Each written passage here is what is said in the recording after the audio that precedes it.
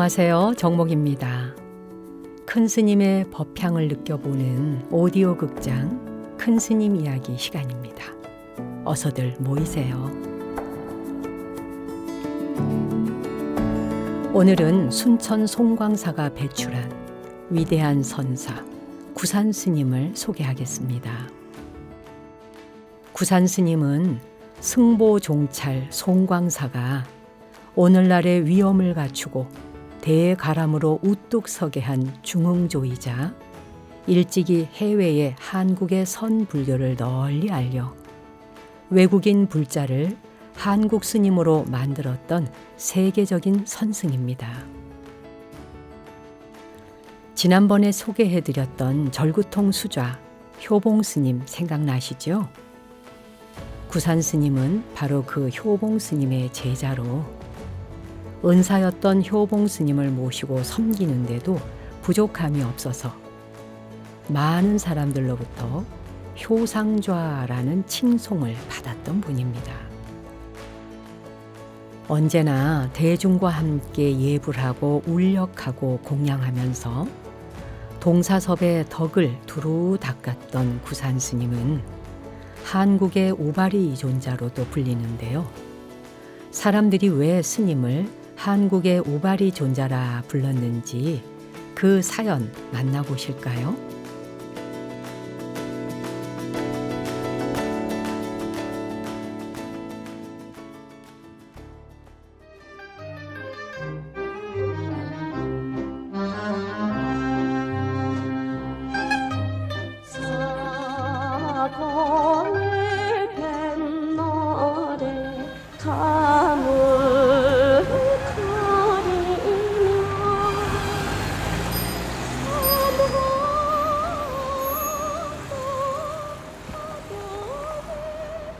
(1909년) 전라북도 남원에서 태어난 구산 스님은 27에 남원읍에서 용성 이발관을 운영하는 이발사였다.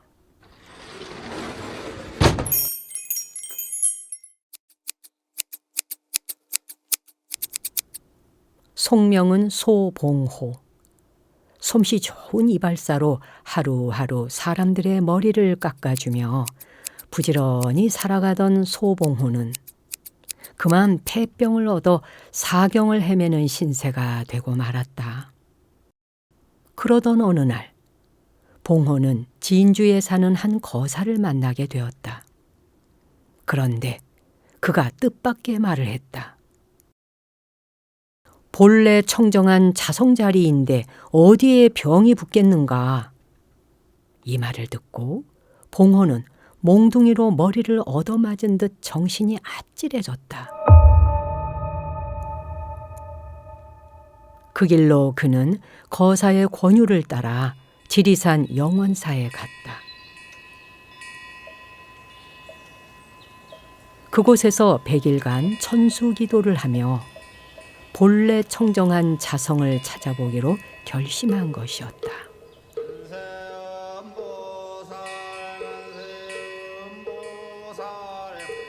관세음보살 관세음보살 관세음보살. 지푸라기라도 잡는 심정으로 천수기도를 시작한 봉호는 100일간 정성껏 기도를 올렸다. 그런데 이게 웬일인가? 100일이 지날 무렵 정말 봉호의 병은 씻은 듯이 나아 있었다.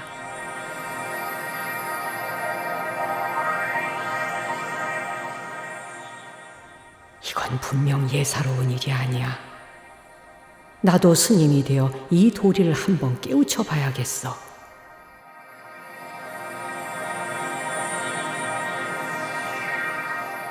우연이었을까? 아니면 세세생생 이어온 불연의 조화였을까? 봉호는 곧바로 출가를 결심했다. 효봉 스님을 은사로 모시고 송광사 3일암에서 삭발을 한 봉호는 훗날 세상에 널리 이름을 알리게 되는 구산이라는 법호를 받았다.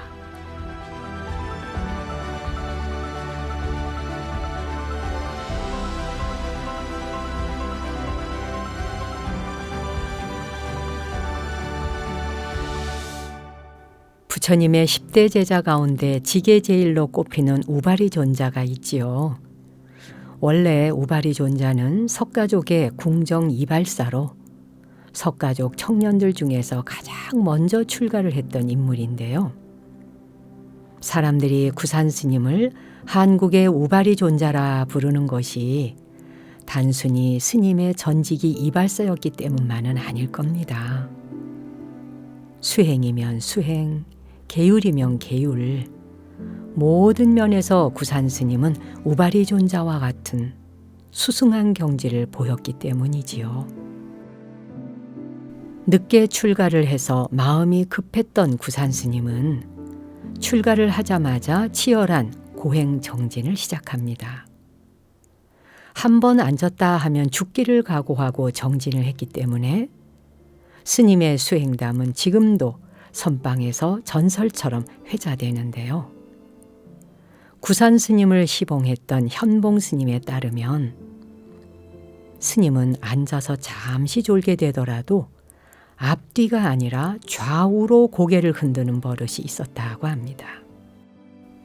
옛날 토굴에서 정진하실 때 턱 밑에 날카로운 송곳을 놓고 졸 때마다 턱 밑을 찌르도록 해서 생긴 습관이라고 하는데요. 이 이야기만 보더라도 구산 스님의 정진이 얼마나 혹독했는지 짐작이 가지요. 그런데 구산 스님이 지리산에서 수행할 때 아주 신기한 일이 있었다고 합니다. 어떤 사연인지 들어보실래요?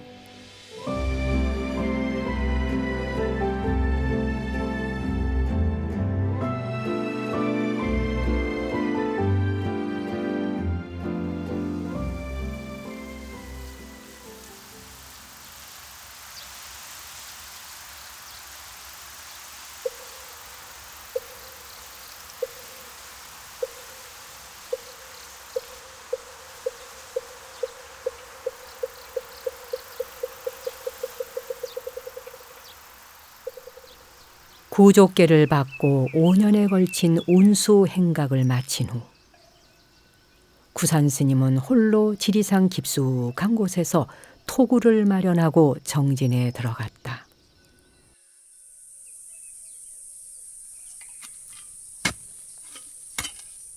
공양을 직접 해결해야 했던 스님은 토굴 옆에 작은 채마밭을 가꾸어 곡식도 심고 채소도 가꾸며 자급자족을 했는데 수확기가 되자 산짐승이 나타나 자주 밭을 헤집어 놓았다.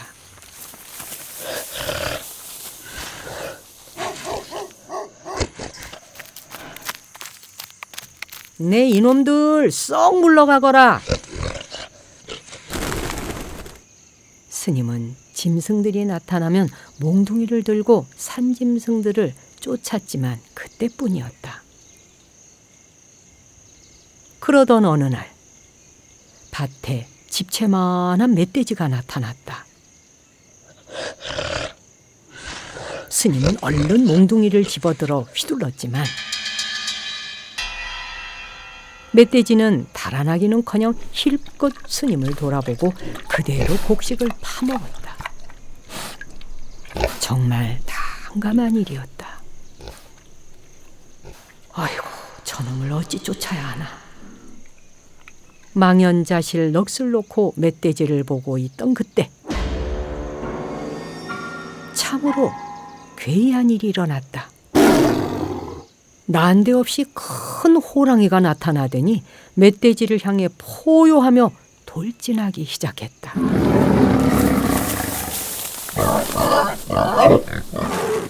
멧돼지는 혼비백산 도망을 쳤고 호랑이는 멧돼지가 멀리 달아난 것을 보고는 그냥 휙 걸음을 돌리더니 자신의 굴로 들어가 버렸다.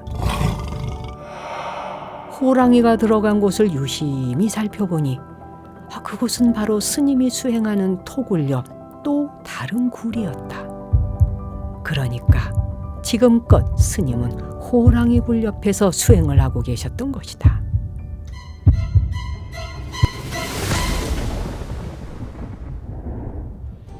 마치 스님을 지켜주기라도 하듯이 멧돼지를 단박에 쫓아버린 호랑이를 기이하게 생각한 스님은 자신의 토구를 다른 곳으로 옮기지 않았다. 그런 스님의 마음을 아는지 호랑이는 종종 나타나 산짐승을 쫓아주었고 호법신장처럼 스님의 곁을 지켜준 덕분에 스님은 아무런 장애 없이 마음껏 수행할 수 있었다. 장차 선지식이 될 큰 스님임을 호랑이도 알아본 것일까?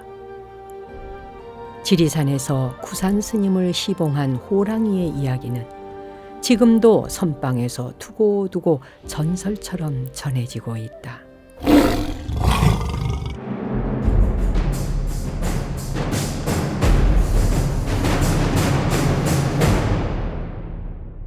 참, 구산 스님을 지켜준 호랑이 이야기. 저도 오래전에 들었었는데 그때도 참 신기했거든요. 다시 들어도 역시 신기합니다. 이게 무슨 전설 따라 삼천리 같은 얘기냐고 하실지 몰라도요. 그 예로부터 호랑이는 아주 영물이라 그러잖아요. 그러니까 이런 일이 없으란 법도 없죠. 아무튼 호랑이굴 옆에서 정진을 할 만큼 맹렬하게 수행을 했던 구산 스님은 출가한 지 12년 만에 견성의 기쁨을 맛봅니다.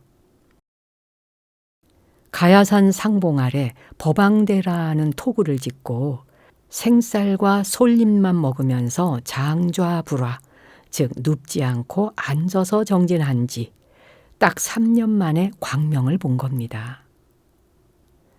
은사였던 효봉선사는 제자 구산의 견처 소식을 듣고서 아주 기뻐했다고 합니다. 효봉 스님과 구산 스님, 그러고 보면 두 분의 사이는 누구보다 각별했던 것 같아요. 효봉 스님은 총명하고 우직한 제자 구산 스님을 유난히 아꼈고, 구산 스님은 그런 은사 스님을 지극정성으로 봉양했으니까요. 특히 구산 스님은 효봉 스님이 말년에 병으로 자리에 눕게 되자 은사 스님이 입적하실 때까지 곁에서 모시며 빨래는 물론 대소변 수발까지 손수들며 지극한 효행을 보였습니다. 아무튼 제자가 개호했다 하는 소식을 들은 효봉 스님은 구산 스님을 불러서 아주 특별한 부탁을 합니다. 그게 뭔지 궁금하시죠? 지금 만나볼까요?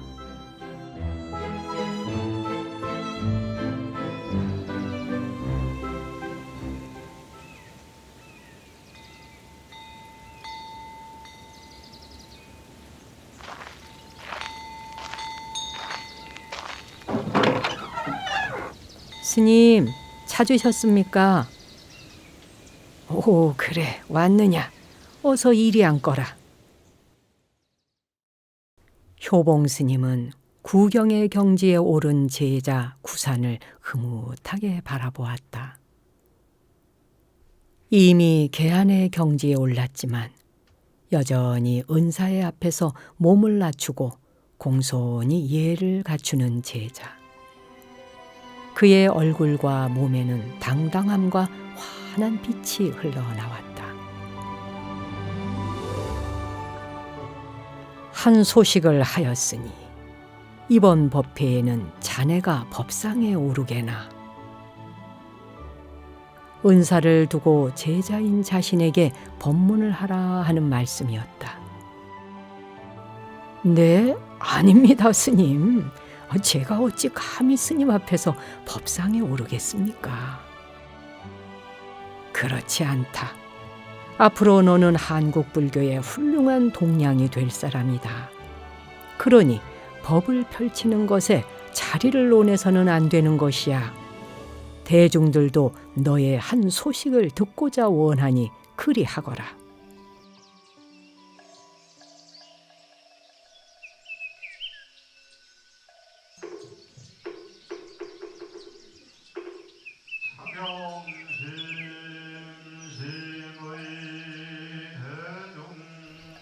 은사의 각별한 배려로 법좌에 오르게 된 구산 스님.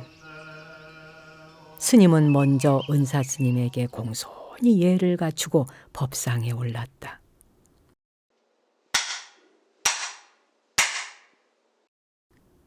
쓱 한번 대중을 훑어보고는 마침내 입을 열었다.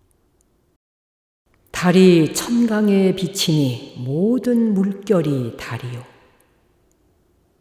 하늘이 만물을 감추었으니 나 또한 하늘을 감추었도다.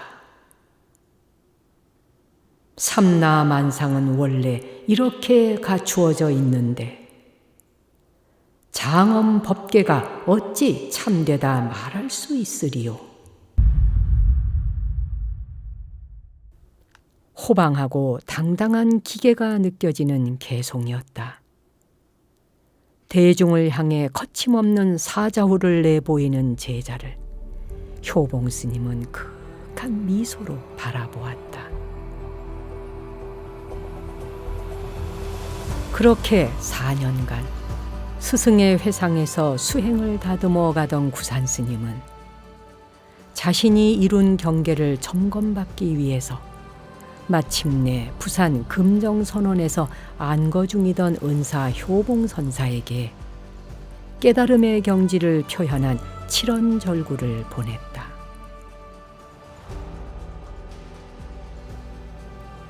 세상 모든 것엔 본래 실체가 없는 것. 허공을 가리킴이 어찌 그곳에 마음이 있어서랴. 마른 나무, 선바위에는 춥고 더움이 없으며 봄 오면 꽃 피고 가을 되면 열매 열리는 것을.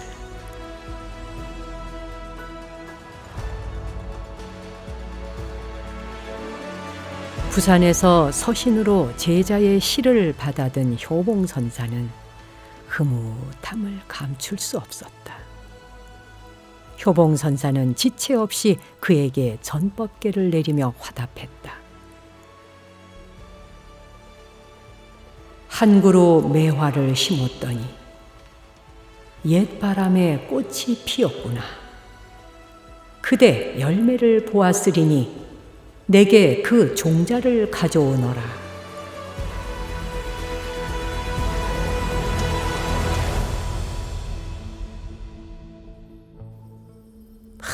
참 주거니 받거니 스승과 제자가 개송을 지어서 법을 전하는 모습, 참 장엄하고 아름답고 감동이지요. 우뚝 성장한 제자를 위해서 흔쾌히 법상을 내어주는 스승도 멋지고, 그런 스승의 마음을 공손히 받드는 제자도 참 훌륭합니다.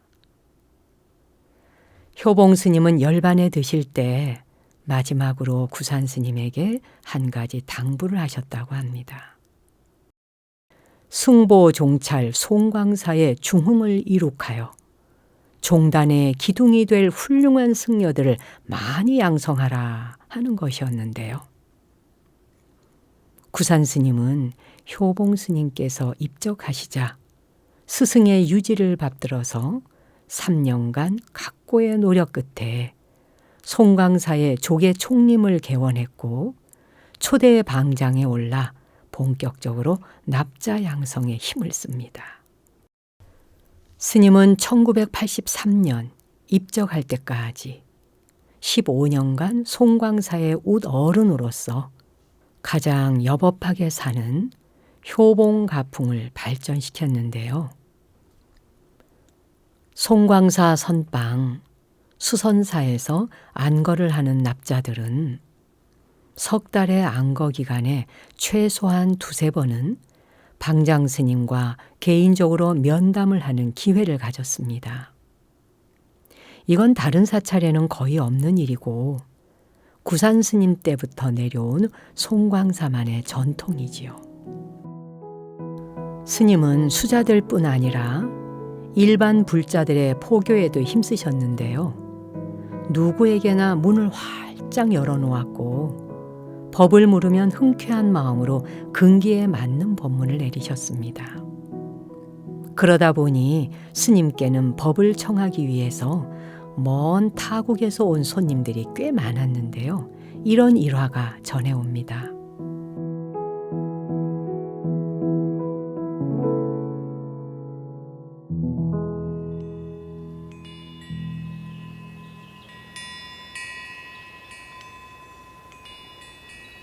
구산 스님이 송광사에 계실 때였다. 어느 날 일본인 여성 2명이 찾아와 스님과 차를 마시게 되었다.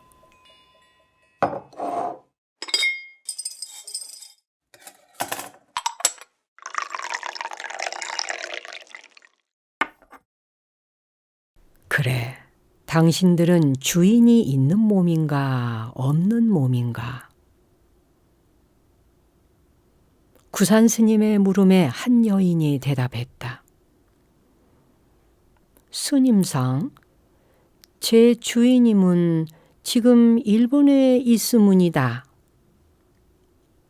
그 여인은 결혼한 유부녀였고 남편이 현재 일본에 있다는 뜻으로 이렇게 말했다.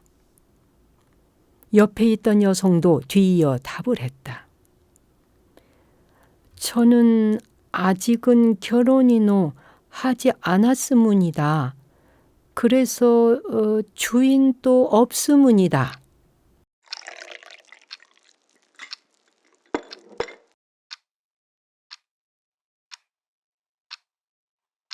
두 여인의 말을 가만히 듣고 있던 구산 스님은 찻잔을 내려놓으며 힘있는 목소리로 말씀하셨다. 몸뚱이를 끌고 다니면서 한 사람은 주인이 있다고 하고 또 없다고도 하니 그대들이 어찌 산 목숨이라 하겠는가? 남편은 이승의 배우자에 지나지 않는다. 그러니 주인이라 할 수 없다. 몸뚱이가 있기 전이나 사라진 뒤에도 남은 주인을 찾아야 산 목숨이라 할 수 있다. 헌데 내 주인을 다른 데서 찾아야 쓰겠는가? 마음의 주인을 찾는 것이 바른 인생 공부이며 마음 공부이니라.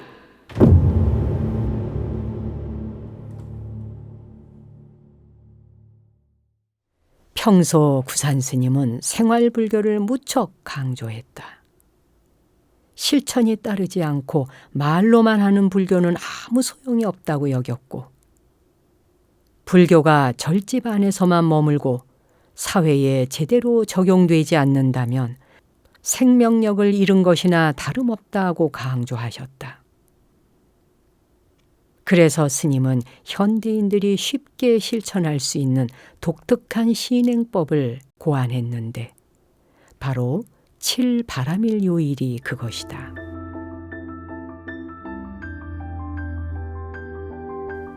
월, 화, 수, 목, 금, 토, 일에 일주일을 그저 막연하게 보내며 살아서 되겠느냐.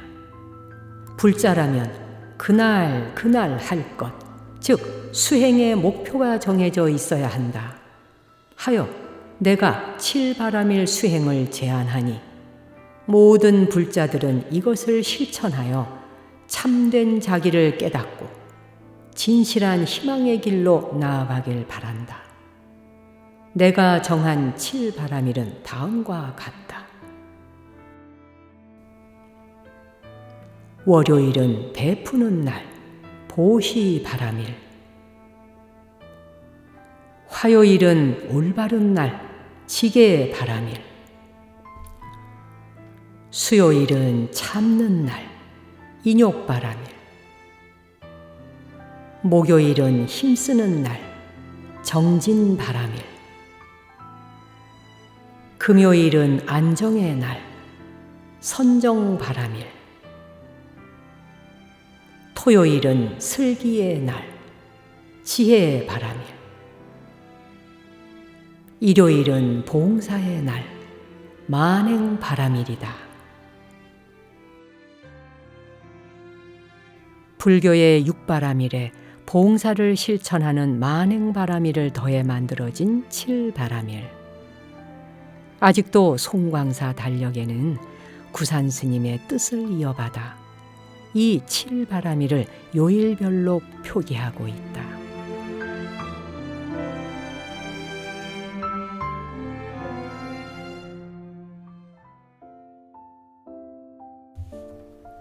구산 스님은 말년에 해외를 다니시면서 세계 도처에 한국 불교의 꽃을 피운 국제적 선승으로도 잘 알려져 있습니다.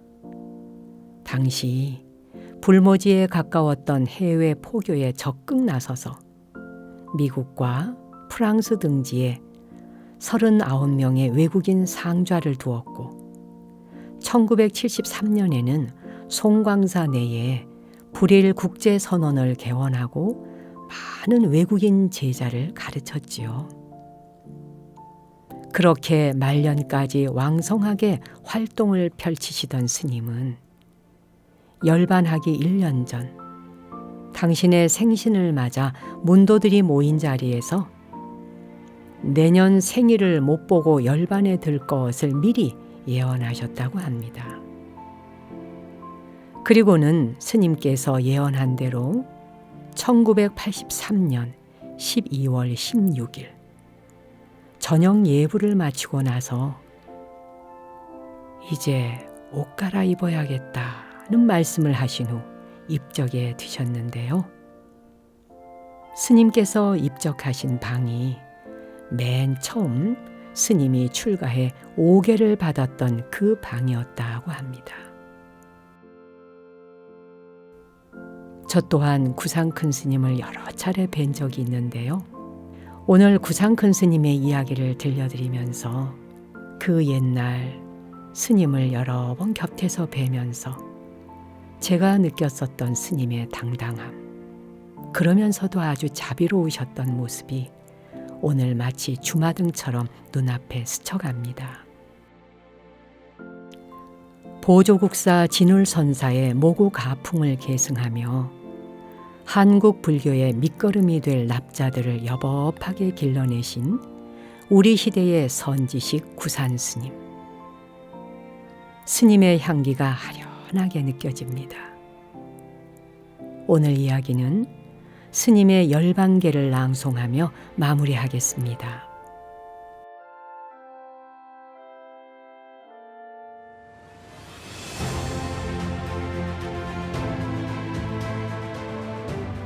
온 산의 단풍이 봄의 꽃보다 붉으니 삼라만상이 큰 기틀을 온통 드러내도다. 생도 공하고 사도 또한 공하니 부처의 해인 삼매 중에 미소 지으며 가노라.